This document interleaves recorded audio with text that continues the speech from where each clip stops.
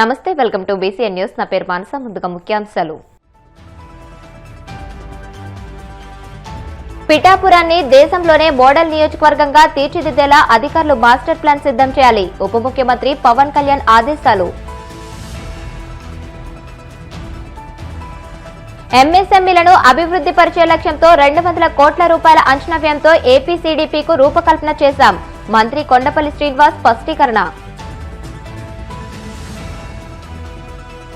Rayalaseema lift irrigation scheme అవసరమే లేదన్న మంత్రుల వ్యాఖ్యలు బాధ్యతారాహిత్యం. మండిపడ్డ YCP general secretary Gadikota Srikanth Reddy. జల వివాదాలను మనమే పరిష్కరించుకుందామన్న తెలంగాణ ముఖ్యమంత్రి రేవంత్ రెడ్డి. రాజకీయాలకు అతీతంగా నీళ్ల సమస్యను పరిష్కరించుకుందామని వ్యాఖ్య. పిఠాపురం నియోజకవర్గాన్ని దేశంలోనే మోడల్ నియోజకవర్గంగా తీర్చిదిద్దుతానని, ఎన్నికల సమయంలో ప్రజలకు బాటిచ్చానని, ఇచ్చిన మాట నిలబెట్టుకునేందుకు నిర్ణీత వ్యవధిలో అందుకు సంబంధించి మాస్టర్ ప్లాన్ సిద్ధం చేయాలని ఉప ముఖ్యమంత్రి పవన్ కళ్యాణ్ అధికారులను ఆదేశించారు. ఆర్ఎండ్బి అతిథి గృహంలో రాష్ట్ర పట్టణాభివృద్ధి శాఖ మంత్రి పొంగూరు నారాయణతో కలిసి జిల్లా ఇన్ఛార్జ్ కలెక్టర్, ఇతర అధికారులతో ఆయన సమీక్ష సమావేశం నిర్వహించారు. ఈ సందర్భంగా పవన్ మాట్లాడుతూ పిఠాపురాన్ని స్వచ్ఛ, సుందర పిఠాపురంగా మార్చాలని, నిధులకు కొరత రాకుండా తాను చూసుకుంటానని అన్నారు. పనుల్లో జాప్యం లేకుండా అధికారులు చూసుకోవాలని అన్నారు. రాష్ట్రంలో సూక్ష్మ, చిన్న, మధ్య తరహా పరిశ్రమలను అభివృద్ధి పరిచే లక్ష్యంతో 200 కోట్ల రూపాయల అంచనా వ్యయంతో ఆంధ్రప్రదేశ్ క్లస్టర్ డెవలప్మెంట్ ప్రోగ్రాంకు రూపకల్పన చేశామని మంత్రి కొండపల్లి శ్రీనివాస్ తెలియజేశారు. మంత్రివర్గం ఆమోదం పొందిన ఈ కార్యక్రమం ద్వారా రాబోయే 5 ఏళ్లలో రాష్ట్ర వ్యాప్తంగా 45 కామన్ ఫెసిలిటీ సెంటర్లు స్థాపిస్తామని అన్నారు. ఈ కేంద్రాలు 1840 ఎంఎస్ఎంఈ యూనిట్లకు ప్రత్యక్ష ప్రయోజనం చేకూరుస్తాయని, తద్వారా 7500 మందికి పైగా నిరుద్యోగ యువతకు ఉద్యోగ అవకాశాలు లభిస్తాయని వెల్లడించారు. ఎంఎస్ఎంఈస్ మీద స్పెషల్ ఫోకస్ ఇస్తూ గౌరవ ముఖ్యమంత్రి గారు ఎలా చేస్తే బాగుంటుంది, సెంట్రల్ గవర్నమెంట్ ఎటువంటి అవకాశాలు ఇస్తుంది, స్టేట్ గవర్నమెంట్ ఎలా అడాప్ట్ చేయాలనే దాని మీద ప్రధానంగా అటు ఎంఎస్ఎంఈ డిపార్ట్మెంట్ని అలాగే సెర్ప్ డిపార్ట్మెంట్ కూడా ఒక రివ్యూ చేసి మాకు గైడెన్స్ ఇవ్వడం జరిగింది. ఆ గైడెన్స్లో ముఖ్యంగా ఇప్పుడు ఎంఎస్ఎంఈ ఇండస్ట్రీస్ అన్నీ కూడా ఒక క్లస్టర్ అప్రోచ్కి వెళ్ళాలి. అంటే సెక్టరల్ ఇండస్ట్రీస్ని డెవలప్ చేసుకొని, పార్క్స్ని డెవలప్ చేసుకొని, సెక్టోరల్ పార్క్స్ డెవలప్ చేసిన దాంట్లో ఆ సెక్టర్ బేస్డ్ ఇండస్ట్రీస్ అన్ని ఒకటి తీసుకొచ్చి వాళ్ళకి ఒక కామన్ ఫెసిలిటీ సెంటర్ ఇస్తే, సో డిఫరెంట్గా ఆ పార్క్లో నెలకొల్పినటువంటి ఇండస్ట్రీస్ అన్నిటికీ కూడా క్యాపిటల్ ఇన్వెస్ట్మెంటు, ఆపరేటింగ్ ఇన్వెస్ట్మెంటు తగ్గించే దశగా కామన్ ఫెసిలిటీస్ డెవలప్ చేసేటువంటి పాలసీని తీసుకురామని గౌరవ ముఖ్యమంత్రి గారు చెప్పడం జరిగింది. సో దానికోసమే క్లస్టర్ డెవలప్మెంట్ ప్రోగ్రామ్ అని సెంట్రల్ గవర్నమెంట్లో స్కీమ్ ఉంది. ఆ స్కీమ్ మన స్టేట్లో కూడా ఆల్రెడీ ఒక 40 ప్రాజెక్ట్స్ గ్రౌండ్ అవుతున్నాయి. అలాగే సెంటర్ ఇచ్చినటువంటి స్కీమే కాదు, మన స్టేట్కి కూడా ఎందుకు అలాంటి స్కీమ్ ఉండకూడదని గౌరవ ముఖ్యమంత్రి గారు చెప్పడం జరిగింది. అందుకనే దానికి సుమారు 200 కోట్ల బడ్జెట్ ఫైనాన్స్ క్లియరెన్స్ తెచ్చుకొని సుమారు ఒక్కొక్క ప్రాజెక్ట్ 5 కోట్ల నుంచి 10 కోట్లకి ఇవ్వడానికి 45 కామన్ ఫెసిలిటీస్ డెవలప్ చేసే దశగా మాకు ఇవ్వడం జరిగింది. సో ముఖ్యంగా ఈ కామన్ ఫెసిలిటీ సెంటర్స్ ఎలా అంటే, ఇప్పుడు ఒక ప్రింటింగ్ క్లస్టర్ అవ్వచ్చు, లేకపోతే ఒక అగ్రికల్చర్ క్లస్టర్ అవ్వచ్చు, లేకపోతే ఎనీ ఎంఎస్ఎంఈస్ ఒక సెక్టర్గా ఒక స్పెషల్ పర్పస్ వెహికల్ క్రియేట్ చేసుకొని మేము కామన్గా ఇప్పుడున్న మాకున్న మెషినరీ ఈ స్థాయిలో ఉందంటే ఉన్న మెషినరీస్ బిగ్ ప్లేయర్స్తో కంపీట్ చేయాలంటే మేము టెక్నాలజీ అనౌన్స్మెంట్ చేసుకోవాలి. సో మేము 10 మంది కూడా లేకపోతే 100 మంది కలిపి ఒక స్పెషల్ పర్పస్ వెహికల్ క్రియేట్ చేసుకొని మేము లేటెస్ట్ మెషినరీ తీసుకొచ్చుకొని మేము కార్పొరేట్స్తో ఫైట్ చేయడానికి మాకు ఉంటుందని ఈ పాలసీలో తాలూ ముఖ్య ఉద్దేశం. సో దానికి అనుగుణంగానే ఈ సిడిపి ప్రోగ్రామ్ అనౌన్స్ చేసి, స్టేట్ సిడిపి ప్రోగ్రామ్ అనౌన్స్ చేస్తూ 200 crores దీనికి శాంక్షన్ చేశారు గౌరవ ముఖ్యమంత్రి గారు. అలాగే సెంట్రల్ స్కీమ్స్లో కూడా స్టేట్ కాంపోనెంట్ కూడా మీరు మ్యాక్సిమం మ్యాచ్ చేయండి. ఎన్ని క్లస్టర్స్, ఎన్ని కామన్ ఫెసిలిటీస్ డెవలప్ చేస్తే అంత అడ్వాంటేజ్ తీసుకోండి. అలాగే సెక్టోరియల్ గ్రూప్స్ ఎవరైతే ఉన్నారో వాళ్ళతో ఇంటిగ్రేట్ చేయమంటున్నారు. ఎందుకంటే ఈరోజు సెక్టర్ బేస్డ్గా ఎంఎస్ఎంఈస్ పనిచేయాల్సిన అవసరం ఉంది. ఎందుకంటే గవర్నమెంట్ కూడా వాళ్ళందరూ కొలాబరేటివ్ అప్రోచ్ తీసుకోగలిగితే వాళ్ళకి ఒక క్యాపిటల్ కాస్ట్, ఆపరేటింగ్ కాస్ట్ తీసుకెళ్ళడానికి కూడా కొత్త కార్యాచరణ చేయడం జరిగింది, తగ్గించే దశగా కార్యాచరణ చేయడం జరిగింది. ముఖ్యంగా మనం 175 ఎంఎస్ఎంఈ పార్క్స్లో ఈ సిఎఫ్సిని కూడా ఒక ఆప్షన్ ఇవ్వమని చెప్పడం జరిగింది. ఎందుకంటే అలా ఇస్తే ఖచ్చితంగా ఎంఎస్ఎంఈ పార్క్స్లో సెక్టర్ బేస్డ్ ఇండస్ట్రీస్ డెవలప్ చేయడానికి కూడా ఆస్కారం ఉంటుందని ఒక ఆలోచన చేయడం జరిగింది. సో అంటే జనరల్ ఇప్పుడు పిఎం ఎంప్లాయ్మెంట్ జనరేషన్ ప్రోగ్రాంలో స్వయం ఉపాధికి అంటే సెల్ఫ్ ఎంప్లాయ్మెంట్స్కి ఎవరైనా చిన్న సర్వీస్ ఇండస్ట్రీ కానీ లేకపోతే మ్యానుఫ్యాక్చరింగ్ ఇండస్ట్రీ పెడితే సో వాళ్ళకి పిఎంఈజీపీ ద్వారా 35% బ్యాక్ ఎండ్ సబ్సిడీ ఇస్తారు.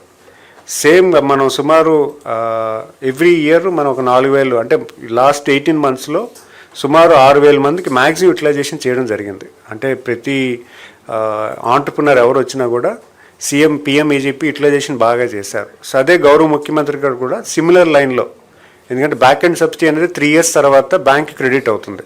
సో ఈ 3 yearsలో కూడా వాళ్ళు ఈ ఇండస్ట్రీని సస్టైనబుల్ వేలో తీసుకువెళ్ళి దాని సబ్సిడీ ఇన్సెంటివ్ ఏదైతుందో దాన్ని కూడా తీసుకునేదానికి ఆస్కారం ఉంటుంది. సో దానికోసమని సీఎం గారు కూడా సిఎంఈజీపీలో కూడా స్పెషల్ ఫోకస్ ఇచ్చి ఇయర్లీ కొంత బడ్జెట్ ఇచ్చి దానికి ఆంటర్ప్రినర్షిప్ అనేది పబ్లిక్లో తీసుకెళ్ళమని చెప్పడం జరిగింది.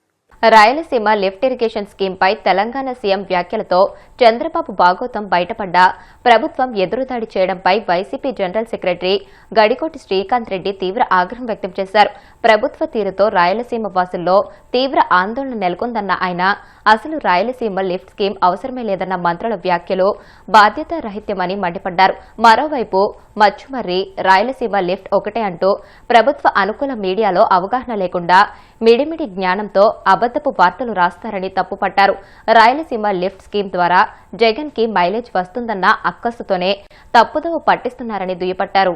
గౌరవ నీటిపారుదల శాఖ మంత్రితో కానీ గౌరవ ముఖ్యమంత్రి గారు కానీ ఆ ప్రాజెక్టుతో ఏం పనుంది అని చెప్పి మాట్లాడడము, గత 2 రోజుల నుంచి చంద్రబాబు నాయుడు గారి డైరెక్షన్స్లో తన కేబినెట్ సహచరులు కానీ ఎమ్మెల్యేలు కానీ ఈ ప్రాజెక్టు పైన హేళనగా మాట్లాడుతూ దాన్ని అడ్డుగోలుగా విమర్శలు చేస్తూ కొద్దిగా బాధ్యత లేకుండా ఆ ప్రాంతం నుంచి మేము ప్రాతినిధ్యం వహిస్తున్నాము, ఆ ప్రాంతానికి ఇంత నష్టం జరుగుతుంది, ఆ జరిగేటువంటి నష్టాన్ని ఎలా పూడ్చాలి అటువంటి ఆందోళన లేకుండా ఎదురుదాడిగా మాట్లాడడము, లేకపోతే ఆయనకు సంబంధించిన పత్రికలలో వార్తలు రాయిస్తూ ఈ ప్రాజెక్టుతో అవసరం ఏముంది, ఈ ప్రాజెక్టు కాకుండా మరి మేము వేరేటిది ముచ్చుమరి ముందే చేసాం, అది ఇది సేమ్ అని చెప్పి కొన్ని పత్రికలు రాయటము, కొంతమంది మంత్రులు హేళనగా మాట్లాడడం చూసి చాలా బాధతో ఈరోజు మీడియా ముందుకు రావటం జరుగుతూ ఉంది. ఒక్క అంశం వాళ్ళు గుర్తుపెట్టుకోండి, మీకు పూర్తిగా అవగాహన ఉంటే మీరు రాయండి, జరుగుతున్న నష్టాన్ని తెలియచేయండి. అంతేగాని మిడిమిడి జ్ఞానంతో ఆ ప్రాంతంలో ఎంత నష్టపోతున్నామో అటువంటిది పరిశీలన చేసుకోకుండా, లేకపోతే రాజకీయంగా వైఎస్ఆర్సీపీకి ఎక్కడ మైలేజ్ వస్తుందో అన్న ఆందోళనతో తప్పుదోవ పట్టించే ప్రయత్నం చేసి అసత్యమైనటువంటి మాటలను ప్రచురించి అసత్యమైనటువంటి మాటలు మాట్లాడడం శ్రేయస్కరం కాదు. మచ్చుమరి అనేటువంటిది ఆ రోజు మల్లెలలో 834 నుంచి లిఫ్ట్ చేయాలి, హంద్రిని వాక్ అనేటువంటి నిర్ణయం తీసుకున్నాక 834 లెవెల్ చేరడానికి ఒకసారి కష్టతరం అవుతుంది, కింది స్థాయిలో నీళ్ళన్నీ కూడా తోడేస్తున్నారు. కాబట్టి మచ్చుమరి అనేటువంటిది కూడా తీసుకుంటే కేసీ కెనాలకు దాంతోపాటు ఈ హంద్రిని వాకు మరి వేసవి కాలాల్లోనో లేకపోతే త్రాగునీరు ఇబ్బందులు వచ్చినప్పుడో వాడుకునేందుకు ముచ్చుమరి జీవో ఇచ్చినటువంటి వ్యక్తి గౌరవ రాజశేఖర రెడ్డి గారు. ఆ ముచ్చుమరి పనులు ప్రారంభమై దాంట్లో ఒక 4 పంపులు దాదాపుగా కేసీ కెనాలకు, మిగిలినటువంటివి హంద్రినీవా ద్వారా ఏదైతే జీడిపల్లి గొల్లపల్లి రిజర్వాయర్కి వెళ్ళేటువంటి మార్గాన్ని ఏర్పరిచారు. అదన్నీ తెలుసుకోకుండా 3,000 క్యూసెక్లకు టీఎంసీలకు తేడా తెలియదని గతంలో చెప్పాను. ఈరోజు మీరు నిరూపించారు, మీకు అర్థం కాదు క్యూసెక్లు అంటే ఏంది, టీఎంసీలు ఏంది అన్నది కూడా మీకు తెలియదు అన్నటువంటి స్పష్టంగా అర్థమవుతోంది. ముందు నుంచి చెప్తున్నాం, 790 అడుగుల్లో ముచ్చుమరి అన్నటువంటిది 0.31 టీఎంసీ అంటే దాదాపుగా 3,000 క్యూసెక్లు మాత్రమే. 3,000 క్యూసెక్లు లిఫ్ట్ చేసే దాన్ని 3 టీఎంసీలు అన్నటువంటిది మీరు అనుకుంటున్నారు, ఆ విధంగా మీరు ప్రచురించినారు. 3,000 క్యూసెక్లకు 3 టీఎంసీలకు ఎట్లా ఉంటుందంటే తేడా? 33,000 క్యూసెక్లు వస్తే కానీ 3 టీఎంసీలు తీసుకోలేము. అది కూడా తెలుసుకోకుండా దాంట్లో మీరు ఇష్టానుసారం వార్త రాసి 3,000 క్యూసెక్లు తీసుకుంటుంటే దానికి సమాంతర కాలువ ఉంటుంది. ఇప్పుడు ముచ్చుమరి చేసిన దానికి 3,000 క్యూసెక్లు సపోర్ట్ చేయడం కోసం కేసీ కెనాల్కు పంపులు పెట్టి హంద్రిని వాళ్ళు జాయిన్ చేయడం కోసం దానికి సమాంతర కాలువ కూడా ఉంది. అది కూడా తెలుసుకోకుండా సమాంతర కాలువ ఎలా ఏర్పడుతుంది, దీన్ని 33,000 క్యూసెక్లకు ఎక్కడ కాలువ వచ్చింది, ఎక్కడ ఏం చేశారు అన్నటువంటిది ఏమీ తెలుసుకోకుండా ముచ్చుమరినే మీ ఆలోచన సేమ్, ముచ్చుమరిని రాయలసీమ లిఫ్ట్ ఒకటే సేము, అది బాబు గారికి పేరు వస్తుంది. బాబు గారు మీరు ఒక్కటే ఆలోచన చేయమంటున్నా, మీ హయాంలో కానీ నీకు వచ్చినటువంటి అధికారం దాదాపుగా ఈ రాష్ట్రంలో ఎవరు లేనన్ని ఎక్కువ సంవత్సరాలు ముఖ్యమంత్రిగా ఉన్నారు. మీరు ఒక్క ఆలోచన కూడా ఇది చేస్తాను, ఇది చేస్తే మంచిది, దీనివల్ల ప్రజలకు ఉపయోగపడుతుంది అన్నటువంటిది మీకు ఆలోచన దేనిపైన రాలేదు. మల్లెల హెచ్ఎన్ఎస్ఎస్ రాలేదు, పోతిరెడ్డిపాడు పైన రాలేదు, ముచ్చిమరి పైన ఆలోచన మీకు లేదు, గెండుకోట ఆలోచన మీకు లేదు, తెలుగుగా కొంచెం మంచిగా ముందుకు తీసుకెళ్లాలన్న ఆలోచన మీకు లేదు, హంద్రినివాన్ చేయాలని మీకు ఆలోచన లేదు, పోలవరం చేయాలని మీకు ఆలోచన లేదు, లేకపోతే ఉత్తరాంధ్ర సుధి సమితి చేయాలని మీకు ఆలోచన లేదు, గుళ్ళకమ్మ చేయాలని మీకు ఆలోచన లేదు, నెల్లూరుకు సంబంధించినటువంటి సోమశిల కానీ తర్వాత మిగిలినటువంటి నెల్లూరు బ్యారేజ్ ఇవన్నీ కూడా ఏది కూడా మీకు ఆలోచన లేదు. ఏది కూడా మీరు కొద్దిగా కూడా మీ ఆలోచన ప్రకారం దానికి 5% 2% మూవ్ చేయలేదు. మా దురదృష్టకరం ఏంటంటే ఈ రాష్ట్రానికి, ఉమ్మడి రాష్ట్రానికి కానీ ప్రజెంట్ ఏర్పడినటువంటి రాష్ట్రానికి అత్యధిక సంవత్సరాలు ముఖ్యమంత్రిగా పనిచేశాడని చెప్పుకునే దానికి తప్పితే నీకు వేరేది ఏది కూడా నీ థాట్స్లో రాలేదు, చెయ్యాలన్నటువంటి తపన లేదు. కడప జిల్లాల్లో ఎర్రచందన స్మగ్లింగ్ పై అటవీ శాఖ అధికారులు ఉక్కుపాదం మోపారు. కడప జిల్లా అడవుల నుంచి ఢిల్లీకి ఎర్రచందనం సరఫరా చేస్తున్న అంతర్రాష్ట్ర స్మగ్లర్ల ముఠాను ఫారెస్ట్ అధికారులు అరెస్ట్ చేశారు. ఈ ఘటనలో మొత్తం 7 స్మగ్లర్లను అటవీ శాఖ అధికారులు అదుపులోకి తీసుకున్నారు. కడప నగరంలోని జిల్లా అటవీ శాఖ కార్యాలయంలో జిల్లా అటవీ శాఖ అధికారి వినోద్ కుమార్ ముఠా వివరాలు, ఎర్రచందనం అక్రమంగా తరలిస్తున్న తీరును మీడియాకు వివరించారు. నైట్లో మనకు డిటెక్ట్ చేయడం జరిగింది. దాంట్లో ఫస్ట్ కేసు అనేది బద్వేల్ రేంజ్ జ్యూరిస్డిక్షన్లో గోపాలపురం నర్సరీ కాడ ఒక గోపాలపురం ఆర్ఎఫ్లో లోతువంక బీట్లో నిన్న నైట్ మనకు ట్రేస్ అవుట్ అయింది. దాంట్లో మనకు ఇన్ఫర్మేషన్ వస్తేనే వాళ్ళ team, Badvel range staff team ఫీల్డ్కి వెళ్ళడం, అక్కడ ఒక 8 మెంబర్స్ అక్యూజ్డ్ మనకు స్పాట్లో దొరకడం జరిగింది. దాంతోపాటు ఒక ఐచర్ లారీ, ఒక 2 బైక్ అక్కడ స్పాట్లో మెటీరియల్తో పాటు సీజ్ చేయడం జరిగింది. టోటల్గా దీంట్లో ఒక 8 ముద్దాయిలు, తర్వాత ఒక 66 red sander logs along with 9 RS roots, అంటే roots of red sander wood అన్నీ మొత్తం కలిపి దాదాపు 2.7 టన్ సీజ్ చేయడం జరిగింది. వెయిట్ 2633 kg టోటల్ వెయిట్తో సీజ్ చేయడం జరిగింది. దీంట్లో 8 అక్యూజ్డ్గా మనకు ట్రేస్ అవుట్ అయినాడు. వాళ్ళ డీటెయిల్స్ A1గా అనే ఖుర్షీద్ ఖాన్ ఫ్రమ్ ఢిల్లీ, అతన్ని అరెస్ట్ కాలేదు. ఇంకా అతన్ని మెయిన్ మెటీరియల్ డీలర్ అనేది మెటీరియల్ను రిసీవ్ చేసే అతను ఢిల్లీలో ఉన్నారు. అతన్ని సోమాజులపల్లి విలేజ్, మైదుకూరు మండలం ఒక పైలట్గా పని చేసుకోవడానికి, అక్కడ మెటీరియల్ వాళ్ళకి లేబర్స్కి వాళ్ళకు రూట్ చూపించుకోవడానికి మెటీరియల్ను పైలటింగ్గా చేసుకుని బయట తీసుకుపోవడానికి. దీంతోపాటు స్వామి కన్ను అనే మేస్త్రి, అతను మెటీరియల్ లేబర్ సప్లై చేసేది అక్కడ నుంచి. వేలు అనే ఒక మేస్త్రి, వాళ్ళతో పాటు మణి అనే ఒక లేబరర్, వుడ్ కట్టర్ అనేది. ఈ టోటల్ 8 మంది మనకు ఈ కేసులో అక్యూజ్డ్గా బుక్ చేయడం జరిగింది. 8లో 7 మందిని అరెస్ట్ చేసుకున్నాము. ఒకటి ఖుర్షీద్ ఖాన్ అనే ఇంకా అబ్స్కాండింగ్లో ఉన్నారు. టోటల్ మార్కెట్ వాల్యూ అనే మెటీరియల్కి యాజ్ పర్ మన రికార్డ్స్ ప్రకారం 7.68 lakhs.